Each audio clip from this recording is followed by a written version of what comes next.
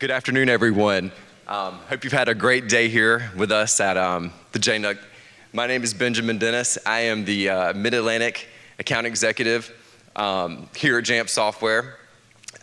This past year, I had the pleasure and privilege of meeting a group of talented and tireless individuals with the Rowan-Salisbury School District in North Carolina. Today, they are going to present a session, Keys to Managing 20,000 Devices in 1 Year.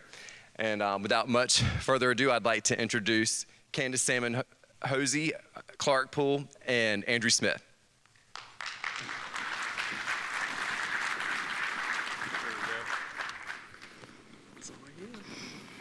Good afternoon. We're going to talk to you about how we in Rowan-Salisbury, right outside of Charlotte, North Carolina, deployed over 20,000 devices. And my role in this, that's me, that's Andrew, that's Clark, is to talk about where we were and how we got to where we're going, but I'm just going to give you the facts of where we started. We have 35 schools in our district. We have 20 elementary, 7 middle, and 8 high, which includes an alternative academy and an early college. We have about 2,500 classrooms. We have a fairly new administrative staff. I came in December, Andrew came in December, and Clark took over a new role in February. So, and in addition to us with the technology team, we have a lot of new administration, cabinet level administrators and principals. Our superintendent is new as of October of last year, so that's opened some doors for us in a sense. This is interesting. When we took over the technology deployment, not knowing that we were going to go to a one-to-one, we did a network audit and discovered that our servers, our infrastructure was, we had a 70% data loss. Yeah, it was crazy. I mean, people were not receiving emails that were coming into them, people on the outside of the world weren't receiving emails that we were sending. There was just such a huge data loss. Well, we've really worked to improve that, and now we're really proud to say that we have a 1.4% on average data loss. We went from coverage of all of our sites, we went from access points that amounted to about 1,200 to a total of 2,600 today. So we don't just have coverage, we have depth. We went from 125 independent servers where each site was siloed, basically. We used Workgroup Manager to add users and that type of thing. That was done by site. And we have downgraded that or upgraded that to 4 virtual servers. We're really proud of all that hard work. Our network is now scalable. We have worked on this fast and furious, and we just completed over the summer in, I think, about 6 to 8 weeks, if not less. We renovated 150 closets, and I'm getting ready to show you something I'm really proud of. This was an example of what we walked into when we inherited this technology department, a bunch of spaghetti closets. I could not believe it. Can y'all see that? That was everywhere. It was pervasive throughout our district. Look at that.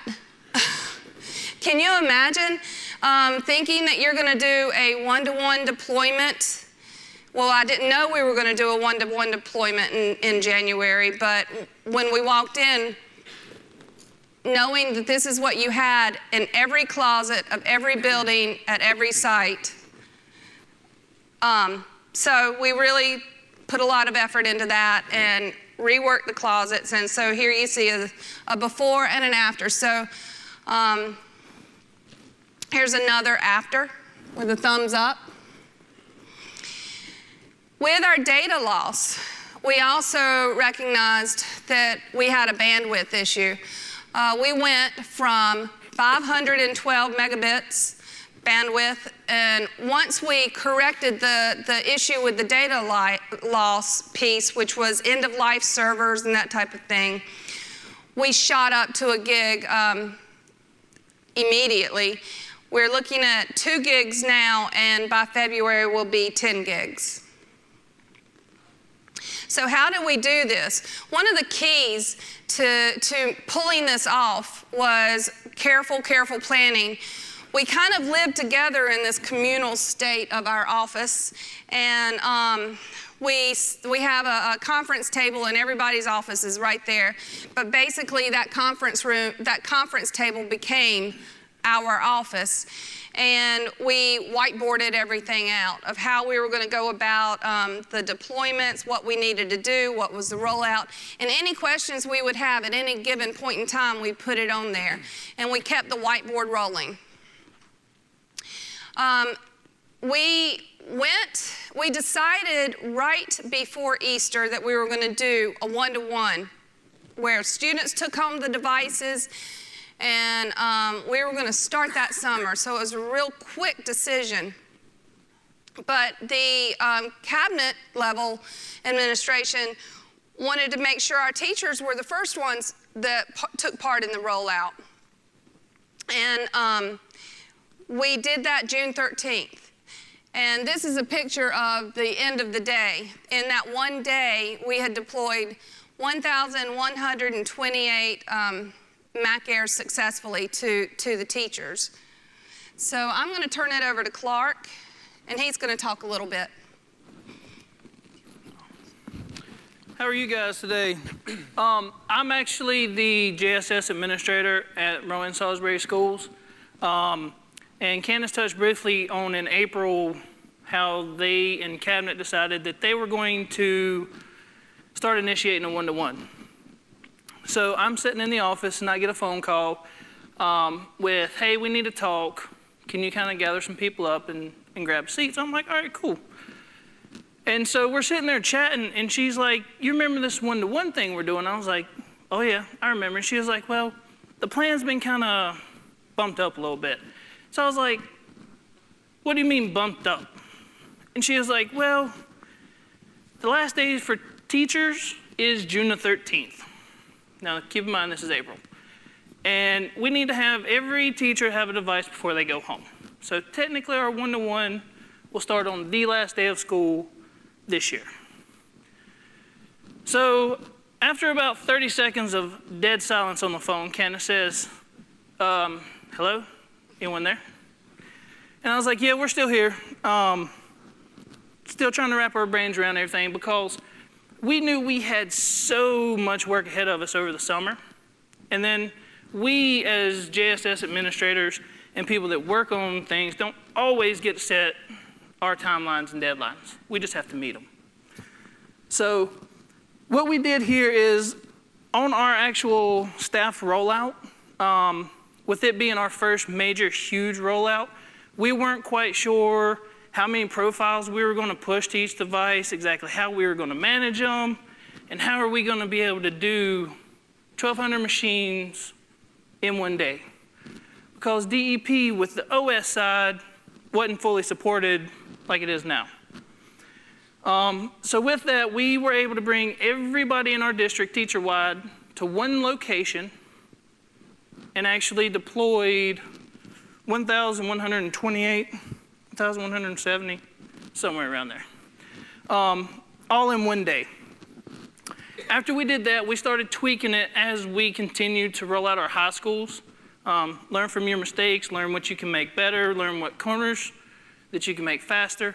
And so for our high school on the iPad Airs, we ended up launching to 8 high schools. We did a total of right around 6,200 devices with a total time of about 35 hours deployment. Our best high school rollout was 4.5 hours, and that's 1,200 machines, fully deployed to students with administrative devices enrolled into Casper, ready for them to download from self-service. So Mr. Smith is going to start discussing some kind of strategies that we took to get the ball rolling to get to this point. All right, so how do we pull all this off? We've got a list of guiding do's and don'ts for you, things that we learned along the way, and suggestions to make your life easier if you ever have to deploy 20,000 devices in 6 months. And so I'm the oddball here today. I figured that this was not, I thought this was a normal conference. I wore a bow tie, found out this is a little more formal than everyone else. So I'm actually curriculum too, some oddball all in all. But I help with our district's implementation of technology and the strategies we use in the classrooms. So the first thing I'm going to start with is really with our visionary leadership. And so it's really important that you have the support from the top down, not just from your CTO, but from your superintendent if you're in the K-12 world. Having a superintendent who is on your side and who is willing to fight for $13 million for your lease is very important. Without that, there are internal struggles that we've seen other districts deal with. I think one of the biggest pieces for buy-in is your principals. So we have 35 principals, most of which are new. So we have 17 new administrators. So getting their buy-in is critical to making sure that your deployments work properly, that your parents are where they need to be, and that your students are there. And finally, when you're working in a one-to-one, money is very important. And so in our district, we found out that to do a lease, it wasn't as simple as just saying we're going to sign a paper and do a lease. We actually had to go before the county commissioners. And so our county commissioners are very conservative, and $13 million seemed like a lot of money. So there is quite a bit of politicking that goes on with the one-to-one. And if you have ever experienced that, you know that you have to learn to talk the talk and walk the walk. You've got to make sure that you always put out the why first. This is why we're going to do this. It's not just devices for the sake of devices. We're not just putting technology in the hands of children, or sorry, in children's hands for just doing that. We're really trying to change instruction. So the next piece is that you've got to make sure your stakeholders are on board. And so when we first came out with this, the newspaper did an article about our one-to-one. And so they actually got out ahead of us before we were able to really have good stakeholder meetings. So Facebook was blowing up, Twitter was blowing up with all of these preconceived notions of what was about to happen. And so what we know you don't want to do is to forget your community. You want to have stakeholder meetings. You want to make sure that you put out a timeline so that everyone knows where you're going. And probably one of the biggest things that we did was in creating a communication plan. And this plan was consistent across the district because we have, with 35 schools, a lot of different principals who have a lot of different angles for what they see as the most important. And so within that communication plan, we put specific dates. On this date, a Connect Ed should be sent to all students with the following verbiage. You're allowed to change that however you'd like, but you need to make sure these particular bullets are in there. So that way your community, they all know the same message. And branding and messaging is everything in a political season, especially around November 4th. And so we thought we did a pretty good job trying to brand that and using our communication plan to do that. The other big thing that we learned was that creating a website that can hold all of your information is vital. And that seems pretty simple, but you'd be surprised the things that parents want to know and what they need to know. And so we created a website, extraordinaryeducationeveryday.com, which is our new district logo and our motto. And we use that as a way to communicate out to our stakeholders, to let them know what's going on. We put lots of stuff on there. We have our Twitter feed there, we have documentation, anything that they might need to know, it's a one-stop shop. All right, another huge thing that you've got to make sure you do is document your success in a one-to-one. You're going to get bogged down in a one-to-one on those day-to-day pieces. We've got a stolen laptop today. We have X, Y, or Z going on with the network. But what you really got to remember is that you're making huge strides in moving your district forward. And so what we did was we used something called Tiki Toki. And Tiki Toki is a website that allows you to make interactive timelines. And so we took every news article that was written about our district, and we put it into a timeline form. And we put it online. And so our stakeholders can view through that, and you can see it started in April, and we've got it timed out to January where it finishes with our elementary schools. But those are big mile marks, all right, so that we can remember, we can document what we've done, so that later on when you want to spread some of that wealth to your neighboring districts, they also have that information. This is our website I spoke about a second ago to make sure we are keeping our stakeholders abreast of all the information that's going out for our one-to-one.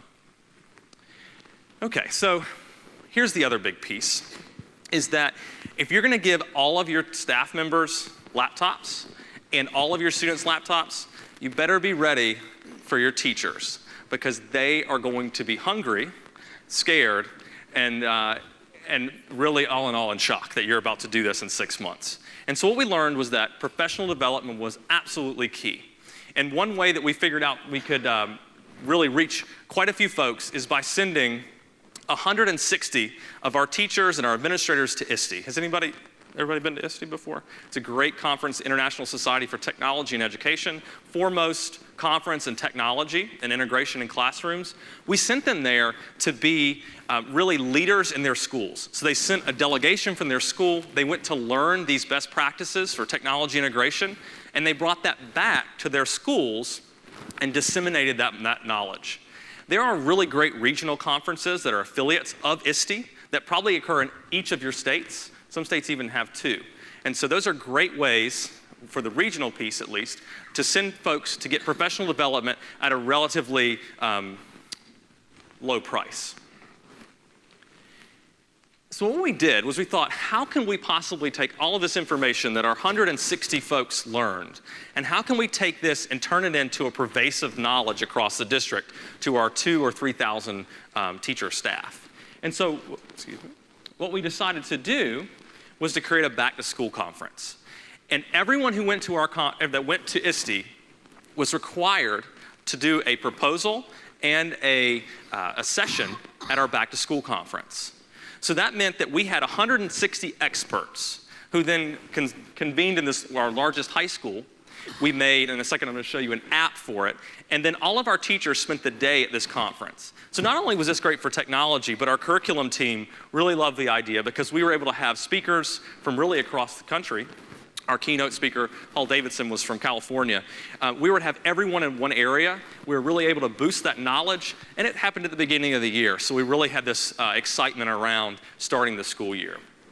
So this is the app we used. We really loved it. If you haven't used SCHED before, it's $99 for an event, and it's a really great way to organize. You can see all the color coordinations for the different events that were going on. Notice heavy on instructional technology, because that was our focus this year. And so this is a great way to make the knowledge of your professional development pervasive across your district. The final piece about professional development is that professional development must be continual and constant. And so what I mean by that is that you can't just have a back-to-school conference and that's it. Because as a former teacher, we'd go to these things and then you'd say, oh yeah, I need to do that. But then as soon as you get back to school, the daily life of school takes over, you forget to do it. So having continual ways to learn is really important for educators. And so I think one of the more novel ideas we have is a Twitter chat every other Tuesday, and it's hashtag RSS chat.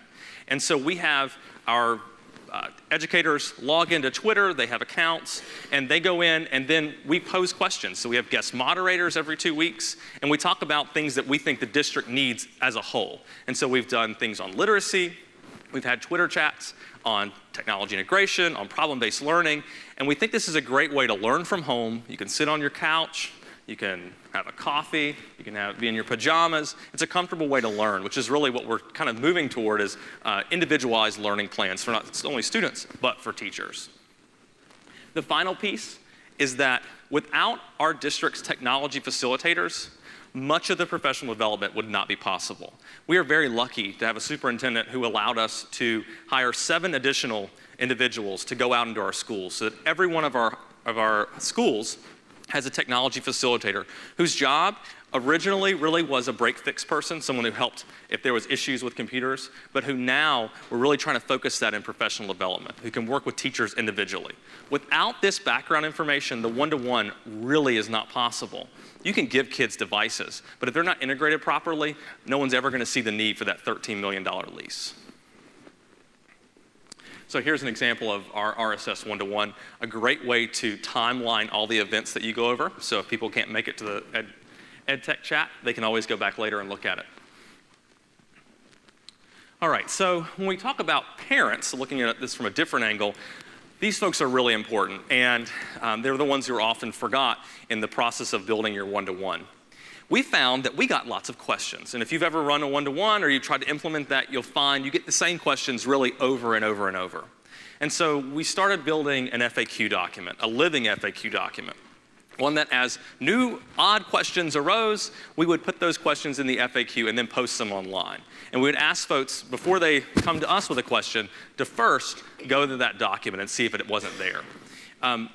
That was probably one of the best ideas we had. It doesn't sound intuitive, but when you only have 6 months to put together this kind of large program, it really was super in helping us reduce the time we spent answering emails. You're still going to have parents who don't believe what you write in the FAQ. And we kind of thought of this novel idea. We had parents who thought we were spying on their kids and that we were tracking them. And so we got lots of grief. And so we decided to take a new approach. We decided to say, you know what, why don't you just come to our department and just look at our interface. Look at Jamf. Look how we manage our devices. And so we had parents come in, take a look at that for themselves. And it really kind of took them off guard because I think they were ready for a fight. And we said, here's our laptop, just look at what we do. And so they looked through it, were mostly satisfied with what they saw, and then there was no more questions from there. So a novel idea to if you have issues with parents wondering what exactly or how you're managing your devices. And so here's just an example of those documents. We have our middle school deployment pages, and we have our FAQs that we are constantly trying to update. And then probably one of the other biggest pieces is that we deployed a little differently. We deployed at schools. And so this is an event where you go to an area and kids come in on the weekends with their parents. We did this kind of backwards. We first have parent nights. And so a parent night, you're going to do 3 things. You're going to sit through a presentation and learn about how to treat your device. You're going to sign a responsible use policy. You're going to make a payment, and you might make an Apple ID, depending how old you are. And so they do those things at the parent night. And so once you've checked off all of those items, you're then able to go to deployment on that one day. And so that gives us plenty of time. We start those like 3 weeks in advance. They're able to get all those things up and running. When we deploy, we know exactly what students are going to get a laptop or an iPad. And so we found that increased our participation rates greatly. So in our district, we have 65% free and reduced lunch, and we had 90% of our students pay that fee by the time we started deployment. And so if you've ever run a one-to-one, it's difficult to get those payments in. And so we were very proud of that rate, and a lot of it was because we worked with parents directly and held these very informative parent nights. The other big question we kept getting over and over was, what if I don't have internet at home? We have 65% free and reduced. We live in a rural part of North Carolina. How do I get internet to my kids? And so we started this program, let me go to the next one, called our Rowan County Hotspot Partners. And so we have businesses and churches in our area that open their doors to our students during certain hours. We have this nice little logo that goes on their door, and it really is two-sided. For us, we're getting free internet for our kids. That's what we're looking for. For the businesses or the churches, you're getting people in your building. And so for our churches, you don't have people there just on Sunday. You've got them there throughout the week. And if you're a business, it's a great way to sell something that those kids or their parents might want. And so we felt like it was a good partnership. And this has really been helpful. It helps answer that question. I don't have internet at home. What are we going to do? So that's a big piece. And we have a website we can share later on that goes with that. This piece right here is probably one of our saving graces, and we call this the golden ticket. And the golden ticket is how you progress through that deployment process. And so the night of deployment, can't see it, the day before, the night for the parent deployment is at the top. And so all the things they have to do are located on this form. So they have to go see a presentation. They have to sign their RUP. They have to submit a payment. And then for those kids under 13, if you've ever tried to create an Apple under 13 ID, we thought it was very important to have this information so that when we deploy on that day of deployment, we have all this information and we're ready to deploy. So the kids get this form when they come to the parent night, and then they give it back. And when we do our deployment, they fill out that bottom piece. So we put our asset tag number on it, stamp it complete for enrollment. And so we found this process has allowed us to do 1,200 devices in 4.5 hours. Having all of the headaches up front makes life much easier on the tail end.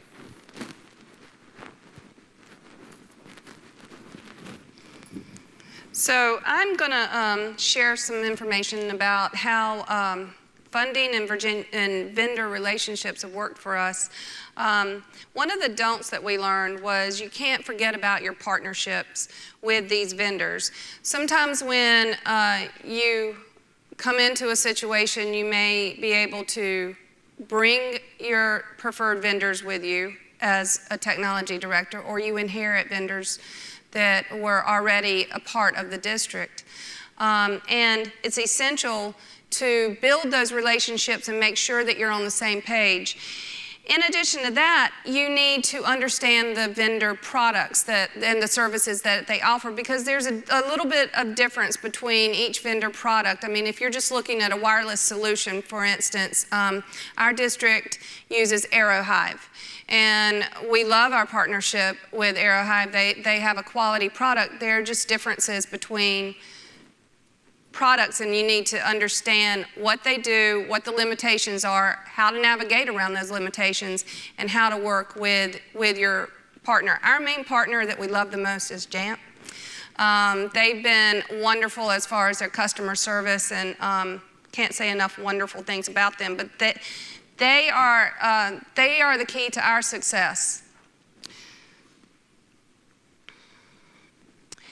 We also recommend, when you're trying to pull off a one-to-one, is to make sure that you have a recurring line item in your budget that supports the refresh cycle. I think one of the catches that hurt a lot of districts when they say, oh, we're going to go to a one-to-one, is they initiate a one-to-one, but there's no refresh cycle built in. And I don't know how you can pull off a true one-to-one environment that when at the end of 3 or 4 years, you're starting to replace the RAM, or you're starting to breathe life into machines that are aged and they can't handle the updates that you're trying to do.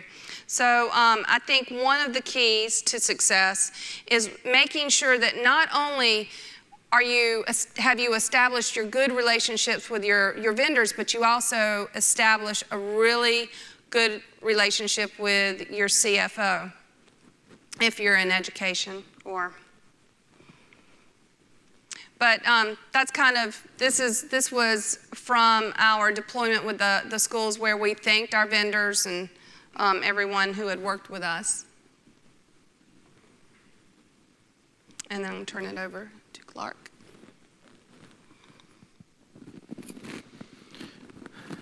All right, so earlier you guys got to see some of the network closets that we had, and kind of what we were dealing with in this situation before we got started. So we were still running switches that were 10100. We had a 512 pipe. I mean, you know, we physically were not ready for things. So some of these things that I'm going to go over, most of the people in this room might know, but maybe this one extra time you hear it might be the one time it finally clicks and says, might need to look into this, okay? One of the first things that Candace did whenever she came in is she requested an external audit be done on our network, okay? With that, that's third party. That's someone who has no interest in politics in the background, no ties to you. They just give you the facts, okay?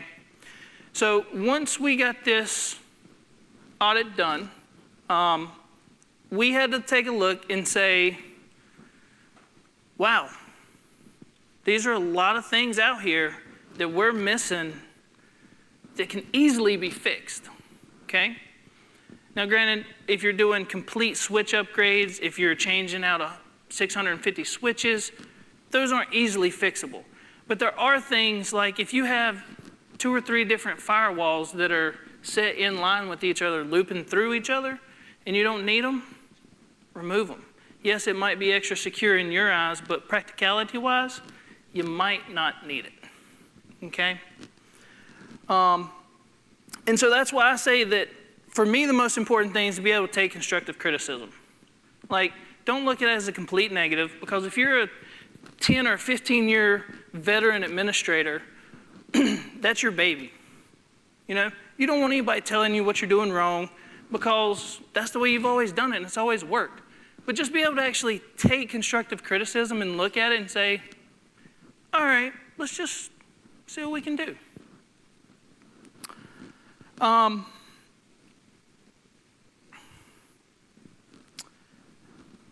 Earlier, one of the facts that you guys saw was we had 1,200 access points across 35 sites, okay? The biggest thing is wireless coverage versus wireless density, okay? With where we were having up to 75 to 80 clients connecting to one single AP because they were split between 2 to 3 classrooms. Now, if you're in a gym or a cafeteria, you might see 120. Now, if you have 120 people connected to a single AP, we all know that you're going to sit there and get a big, nice white page, and it's not going to do anything.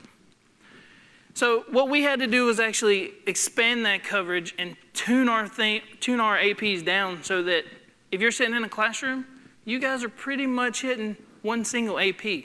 So that now we average about 27 clients connected to a single AP, and our bandwidth issues, since we doubled, have been tremendous, okay? Prime example, I was noticing, I don't know if anybody else was noticing it here, like here at the Guthrie Theater, yeah, coverage, density, kind of get it. So that's one of the big important things. I mean, you get this many people in a room and nobody can do something.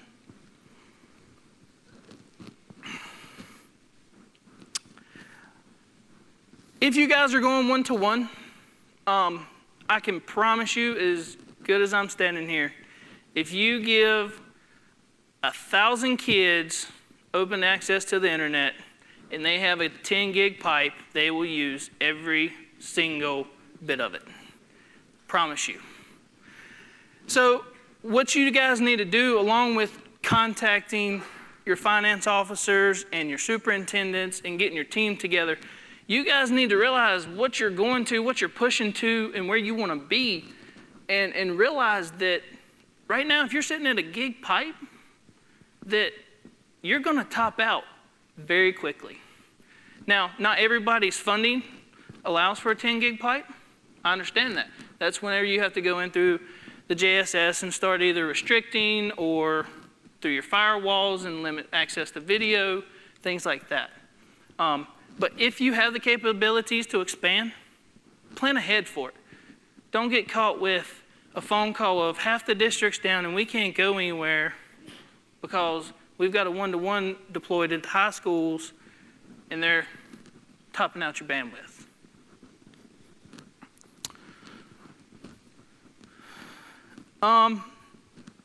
We had 125 Xserves. You guys saw that. We did run 4 Xserves at every single site, okay?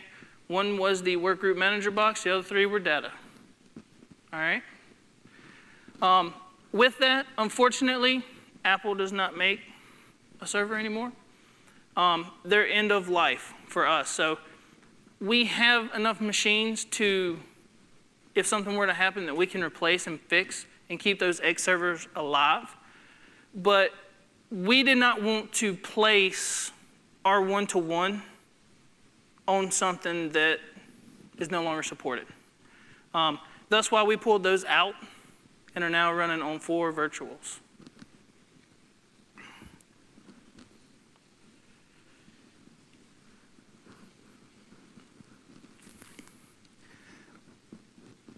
Like I said earlier, whenever we did our teacher rollout that first day, that was my first rollout, okay? I can remember 4 to 5 people coming at me constantly, man, is it gonna be all right? Man, are we gonna make it? And I'm like, I don't know. We'll see. But we had done everything physically possible to make ourselves succeed. We did RF audits on the location. Everything. Somebody would have probably had to hit a telephone pole and knock the internet out for us to fail, okay? But that's where we wanted to be with that. And so for our teacher deployments, we allow our teachers to be administrators of their own computers, okay? So from the Jamf side of things, I pushed down 2 profiles to them, okay? I basically gave them the Wi-Fi password at their site, which they would need. And then I included 1 restriction profile. And that was just so that they couldn't delete the actual MDM certificate. That way I could always see them. Those were the only 2 profiles that I actually pushed to our teachers. So that actually helped on the speed aspect of things. When it moved to the high school level, we decided that we were going to take a leap of faith. We were going to go with Apple 100% and say, you know what? Our kids are going to be administrators of their own devices. Okay? Yeah, I know. So, for the first 2.5 weeks that we deployed to the high schools, I basically sat behind the JSS and continued to watch what they did through firewalls, this, that. And we have made adjustments on proxies, VPNs, things like that. But we've actually had a very high success rate in giving our kids admin rights. We've learned that they have become self-dependent, and we don't necessarily have to always go out and get a ticket to simply add a printer. They turn to their colleague and say, hey man, can you help me out? And so it's actually cut down on our workload tremendously, okay? That's as far as in the field.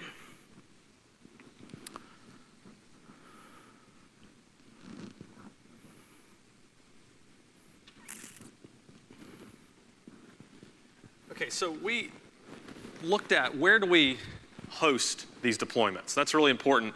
Where do you have everyone come? And so for our high school one, we had, for our teacher deployment, we had every single one of our teachers come to the warehouse. And that was really important for us because we wanted them to be where all the laptops were located. And as you heard earlier, we did a great job with deploying those and getting everyone into the warehouse from 35 schools. But when you're thinking about the way you deploy to teachers versus students, you've got to think about lots of logistics. And so our suggestion to you is that if you're going to deploy to your entire district of teachers, do that in one singular location where you can do it all at once. You're going to need lots of help because the adults are much more difficult to deploy laptops to than the students. They can't remember passwords, they don't know how to type, they can't copy paste. You would be surprised. Maybe you're not actually. And so our students, we can't bus 20,000 kids to our warehouse. We thought about it, and then we immediately talked to our operations guy, and he's like, no, you can't do that. And so we brought the laptops to them. And that was really important for speed. And so we had thought, well, we'll just mimic what we did in our warehouse where they come through an assembly line, they sign off, they get their laptop, the magic happens, Jamf works. We thought, that's a great idea if you're working with teachers. But we need to be able to do this in a day. We need 1,200 laptops to students in 6 hours. And that's got to be fast, and there can't be glitches. So we decided to change things up. So instead of all the students coming to us, we went to them. We had approximately 10 teams. And what I mean by team is you had a technology facilitator who had a presentation for how to enroll, and a tech. And so we would walk into a classroom, give out all the laptops, walk through the enrollment process, and then the tech would then log in their fixed asset tag number into Jamf. And that allowed us to deploy classrooms in about 20 minutes. So that's about 25 kids in 20 minutes times our 10 team members. So now we're looking at 250 kids every 20 minutes. And so the only thing that kept us from going even faster was that manual enroll process where we put the fixed asset tag in. And so we found going to the kids worked far much better. We even did a pilot test with one of our schools to see if they came to us.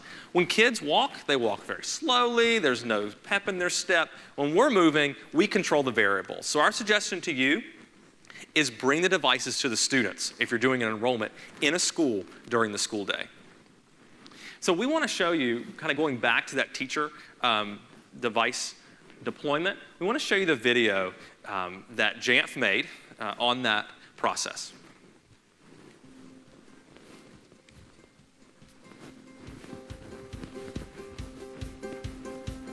Today is a really exciting day.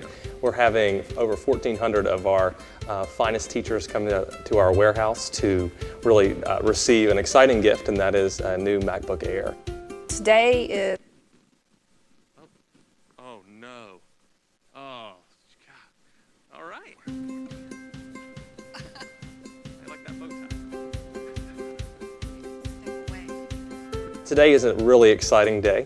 We're having over 1,400 of our finest teachers come to our warehouse to really receive an exciting gift, and that is a new MacBook Air. Today is a benchmark day in our district's history. We've been working for weeks now preparing for today, and we're really excited.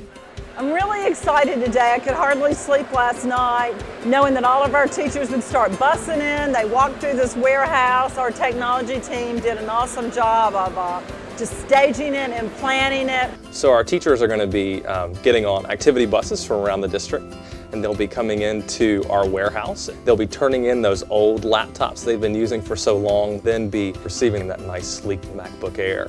Once they get their device, they'll move into the final room, which is really where we say the magic happens. I think our teachers will be surprised at how easy the process is. What happens is the teachers come in, they open it up for the first time, they put their Apple ID in and log in, and then they actually enroll into the Casper software and the Jam software, and it downloads all the credentials. Life is easy from that point. It does it all on its own. So as long as they know their password, we're good. Today's awesome. It is flying through. We're ahead of schedule. We're excited. The staff's been cheering and excited all day. This is madness. This is it's a highly efficient run machine. You're going to see great strides in our learning and closing that achievement gap with these devices. This is going to be a game changer, I think, for Rowan County.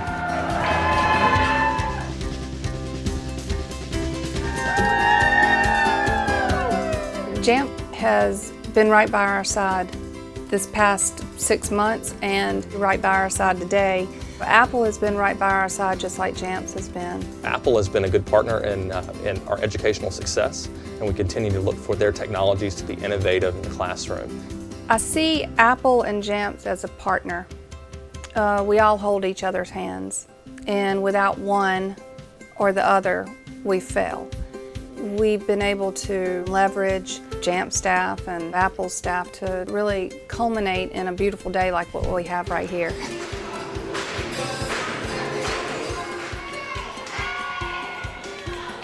I think technology is the key to our students now. And I use technology in the classroom every single day. It's something that I cannot do without.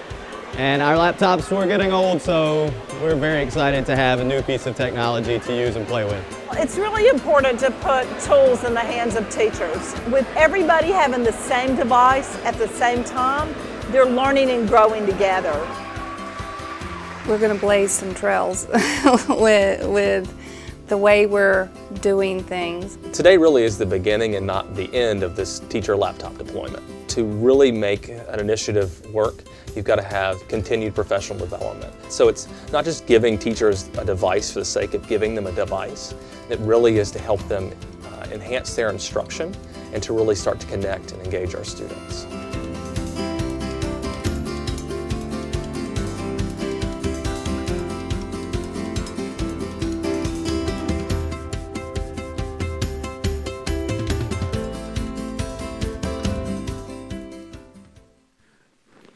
So that is really kind of a summary of what we did with our deployment. You can see the excitement in the air. It really was a big piece for Rowan Salisbury Schools. Very quickly, so that we can get to some time for questions, I just want to emphasize the idea of not overlooking the details when you do rollouts. We bussed in close to 2,000 people that day, and so that means you have to work in conjunction with all of the other departments in your school district. So we worked heavily with our Director of Transportation to ensure that we were able to get everyone there on time. And so we had very small windows where people had to arrive and leave. It took quite a concerted effort of all the district employees to make this possible. The thing that I think helped us was doing pilots, starting with those small groups and testing things to see if they work. I can't tell you the number of times that Clark and I walked through that deployment and pretended that we were the slowest teacher in our district and how we would act as we walked through step by step. So thinking about your weakest link is important in your deployment. And then we also found when you're deploying in schools, having some way to direct and manage the deployment is really important. So we came up with these little signs that we put on the doors when a deployment was complete. So when students had laptops, they got a special sheet that was signed, and then once they had been enrolled in JAMP, there was another place to sign. Because we were visiting close to 100 classrooms, and with 10 teams, it can very easily become confusing as to where everyone's been. So having deployment maps and signage is really important. That's those small details. All right, this is a big one that I'm going to take just a second to talk about. Anybody here had the joy of working with Apple under 13 under? Isn't that really an amazing process? Now, well, we've got a cool solution for you. Apple gave us, we got our 4,500 codes, the 300 short character URL for each child and their temporary password. And they said, this is what we've got. They were very open about it. This is the system we have for you. And so we took that and we developed a user interface. And so this is our user interface that all students go to if they're going to be using under 13. So the student selects their school, their last name, they click submit. They then verify their birth date. It automatically generates their specific temporary code. And then they click the next button, and it brings them to that specific under 13 Apple ID page. And that's all done with some scripting in the background. So the keynote today talked about all of that chaos in the background, but the user interface is very simple. So we're used to that complexity on our side, but we make it very simple, that user interface. And this is what they see. And they'll never know the pain that Apple under 13 can be. And so this is a suggestion to you to make that process simple for you. Really quickly on policies and procedures, you need a workflow. Our TFs talk to us every day. They've never run a deployment for 1,200 laptops every single day, and they have that one-to-one. Our biggest suggestion to you is you need a help desk with students who run it. And so if our technology facilitator can't be there, there's a student who's there for 90-minute blocks who can help other students with the issues. We let our students be administrators of their computers, so it's not difficult to go in and fix them if we have a student who's knowledgeable. But use the services that you already have, your students, to help in that process. Workflow is huge. Create diagrams. We have charts that show if it's broken, it goes here. If it's not, go here. Those will help in the process and make sure everyone's consistent across your district. This is Clark next.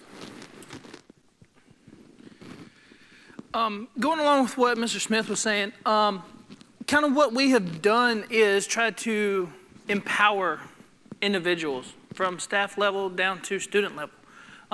Because in our situation, we have 6 actual technicians for 35 sites.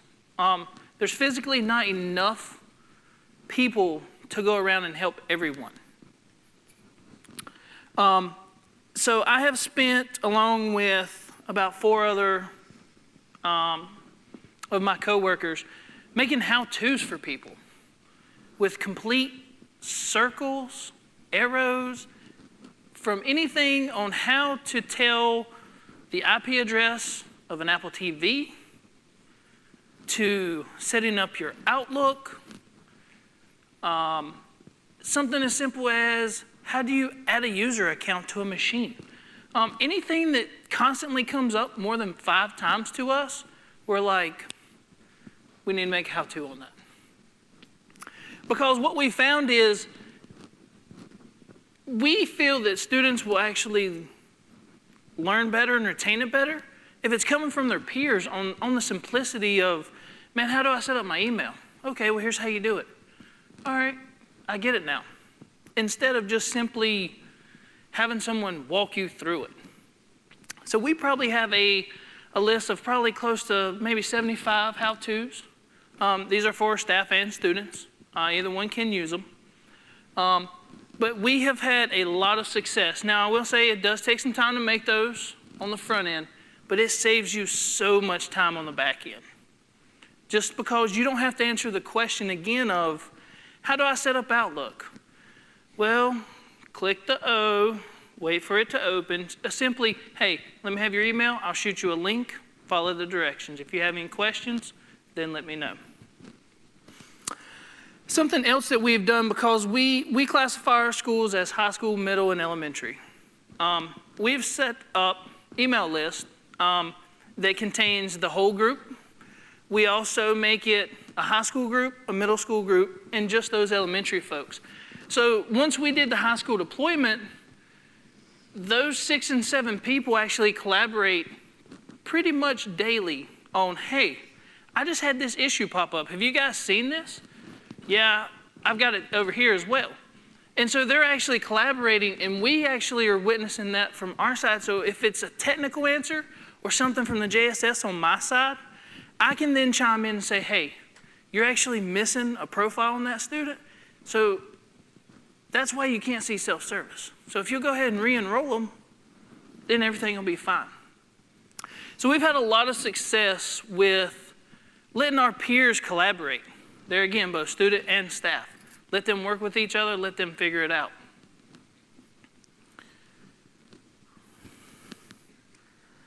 This is an example of one of the how-tos. Like I said, arrows, clean, cut, simple. Okay? That's what we do for our folks.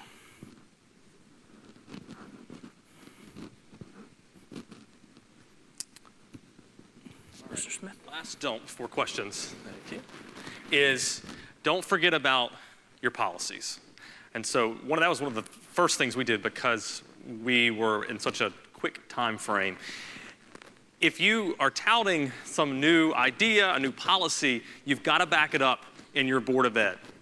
And so I guess we're very grateful that our Board of Education allowed us the leeway to change those and to make those modern. But a lot of our old policies were from 1995. You should have read our technology usage agreement. It was very outdated. It mentioned MySpace. I mean, do we even do MySpace anymore? So we needed to update it. So make sure that you are looking in the background. It's not the most fun thing ever to get into the legal jargon of Board of Ed policies, but don't forget to back those up because those are your legal documents that let you do what you do in your school. And if you were ever to be sued, it goes right back to your policies. So make sure those are up to date.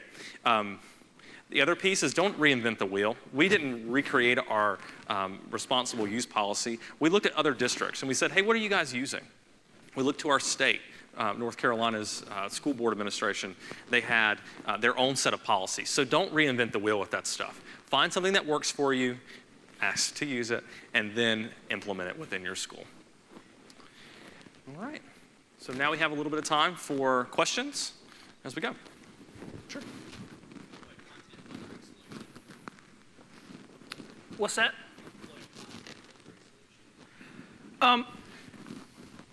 We use a Palo Alto firewall in our district for in-house. But as far as any physical content, as long as the page doesn't fall into certain categories, no, we do not. At home, we're using Zscaler solution for the kids at home. There again, we're kind of giving them the freedom. Some look at it and say, I don't know about all that.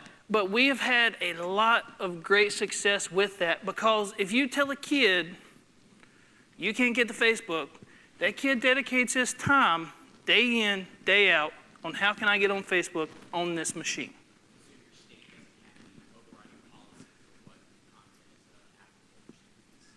I'm just a JSS administrator. I can't answer that question.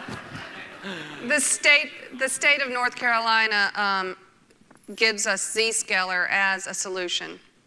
That's what they provide. We also have NCREN. North Carolina has also joined forces to provide bandwidth to the districts. So they're very heavy. North Carolina is very heavy in K-12 recommendations of what we should and shouldn't use. Yes, absolutely. One example that I can give you is we've had several kids who, I can use one for example, in 1 week filled up 120 gig hard drive.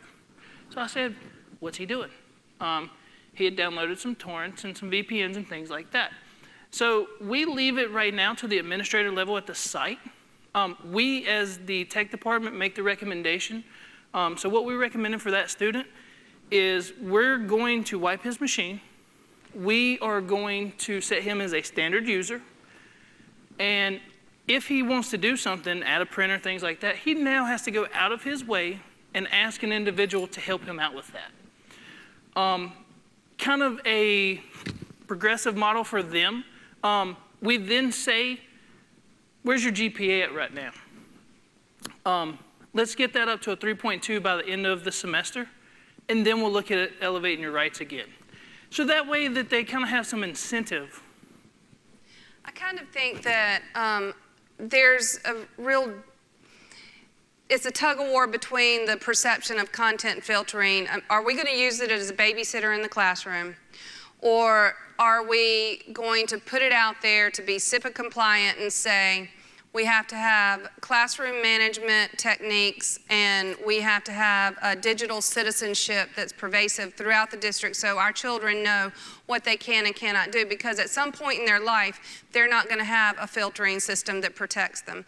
So when they go and post something inappropriate, they take a selfie and they post it to Instagram. That's outside of the school system, or maybe that's around Zscaler. We're not going to be able to police that. We're not going to be able to be the babysitters. So we have to take a stance one way or another. And I think from my experience, my years of experience dealing with filtering systems and the different types, that one size doesn't fit all, and that there is going to be a kid who has a skill set beyond any of us at the district level. We've learned that, and those are the kids I want to hire. But they will get around it, and they're going to get to wherever they want to go. I mean, I've always compared it to whack-a-mole. So you lock this one down, and another one's going to pop right back up, and it's going to get to the place that you don't want them to get to. So I'm kind of rethinking my stance on filtering, and we put it out there. We do best practices. We adhere to the rules. But at some point in time, we have to educate our children to say, if you put that picture up on this social networking site, it's on you, and it will haunt you for the rest of your life. Or this is the best practice. Don't say where you live. Yes, sir. What are you guys doing to stop your users from upgrading to go away? Somebody came out. What are you guys doing to block anybody from upgrading to go away? So,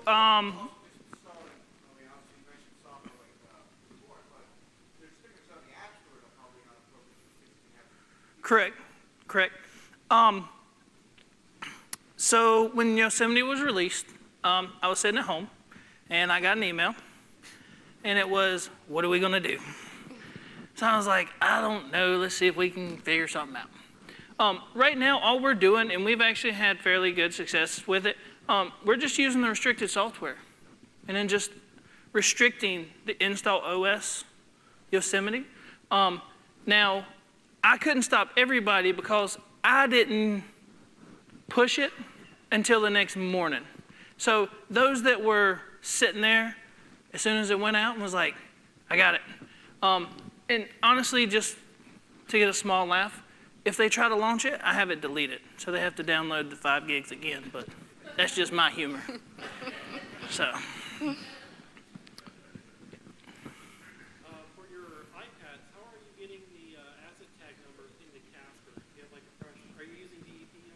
We are using DEP. Okay, so when the student takes the brand new iPad out of the box and it goes through the DEP process, I assume you have the students log into they're using LDAP in our situation. Okay, so you have a student authenticating that. How are you getting your inventory information? Because we went with a 3-year lease from Apple, I have this That's good. crazy 455-page Excel document that has every serial number and fixed asset number. So we just did some careful scripting, and we just said, hey, if you find this, match it with this. So it actually is reading in and doing it for us. So you're reading from the spreadsheet back into Correct. SQL? Yes. Yeah. Any other questions?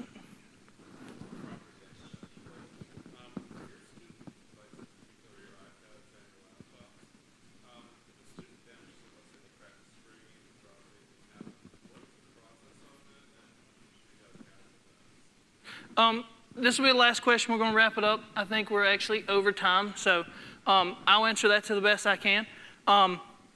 What we've found, because our district is 65 or 70% free and reduced lunch, what we've found right now with success, now this story could change a year from now, but a lot of those kids, that is, you gave them a golden nugget. You've given them something that is theirs, and they appreciate that. And so if somebody were to steal their house or their house were to catch on fire, they're going in there after that iPad. They're going in there after that MacBook before that. Now, granted, do we have accidents? Yes, we have accidents, okay? Chargers get cut in lockers, things like that. But as of right now, this day and time, we're having awesome success because those kids are taking ownership of those devices because they've never been given that opportunity. So I hope that helps. Okay. Guys, we appreciate it. So we hope you enjoy the rest of the conference.